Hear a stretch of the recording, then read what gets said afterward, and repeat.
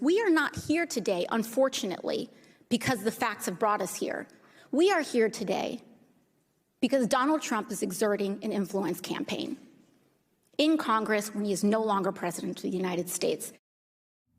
That was Congresswoman Alexandria Ocasio-Cortez today, blasting Republicans for weaponizing Congress to go after the Biden family while working overtime to shield former President Trump from both actual and potential federal criminal charges. In fact, after Trump announced yesterday that he'd received a target letter from the special counsel regarding that 2020 election interference, Trump called Speaker Kevin McCarthy and Republican Conference Chair Elise Stefanik to rally support for him among rank-and-file Republicans. Today, Speaker McCarthy said the call was not a strategy session, but simply a call because he speaks to Trump on a regular basis. McCarthy also told reporters he doesn't think prosecutors can criminally charge Trump because the former president did nothing wrong. It is unclear if Speaker McCarthy remembers ever saying that Trump bears responsibility for what happened on January 6th. Joining me now is Jen Psaki, former White House press secretary and host, of course, of Inside with Jen Psaki right here on MSNBC. Jen, it's such a delight to see you. Welcome to Washington, Alex. Thank you, my friend. I got to ask, I mean, there's so many reasons to be alarmed by what is happening in the Republican Party.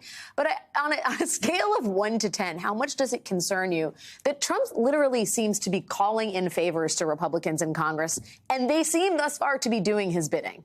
And they want to please him. Yeah. They want him to call them.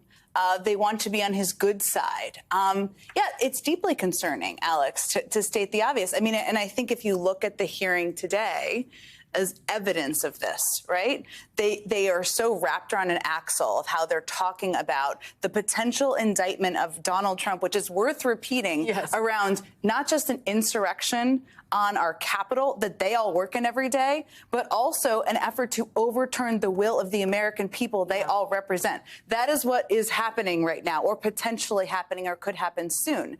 At the same time, they are bending themselves over backwards to try to come up with a whistleblower who is viable, to try to go after Joe Biden, to kind of mince things together and make it all confusing. That's concerning, in part because it's very political and politicized, but also because they're in charge of the House of Representatives, yes, and they should be doing the work of the American people. Well, and it sort of does not foreclose the possibility that depending on what happens in any of these federal criminal indictments, there is going to be comeuppance, if you will, on the part of House Republicans who are going to effectively, truly weaponize the federal government to go after what they see as their perceived group of enemies, which is Merrick Garland, Joe Biden, and Jack Smith. I mean, do you think it's a foregone conclusion that all of those folks are going to see impeachment proceedings or some other extreme alarmist reaction to whatever happens in the criminal trials? Well, and let's not forget that it's been a long week, but a lot has happened. It's Wednesday. Earlier this week, there was an eye-popping story in the New York Times about what Trump intends to do as president, right? Which is to take control of all independent agencies of government, essentially, coalesce control under his own power. That means self-pardoning himself if needed. It also means being able to bend the will of agencies that have a huge impact on the economy, go after political enemies. He's basically announcing, this is what I want to do as president. And people in the party are saying, we're with you, and we want to do that now. A+, let's go. Exactly. I mean, I think not to be alarmist in my own stead, but people wonder how democracy ends when people who are potentially guilty of multiple federal crimes of subverting democracy have a party that is complicit in their future plans to further erode democracy and our American democratic institutions. That's how American democracy ends. I mean, it's like literally being foretold in public, and no one in the Republican Party seems willing to stop it.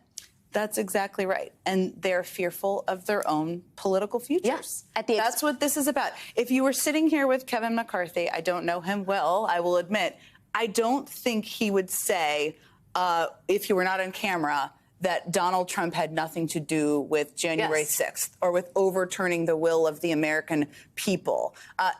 He would not say that, because that's not what he has said previously. Many of them would not say that, and that's not what they say privately. That tells you a lot about why they're doing this. Yeah, well, that's maybe even the worst part of it all, right?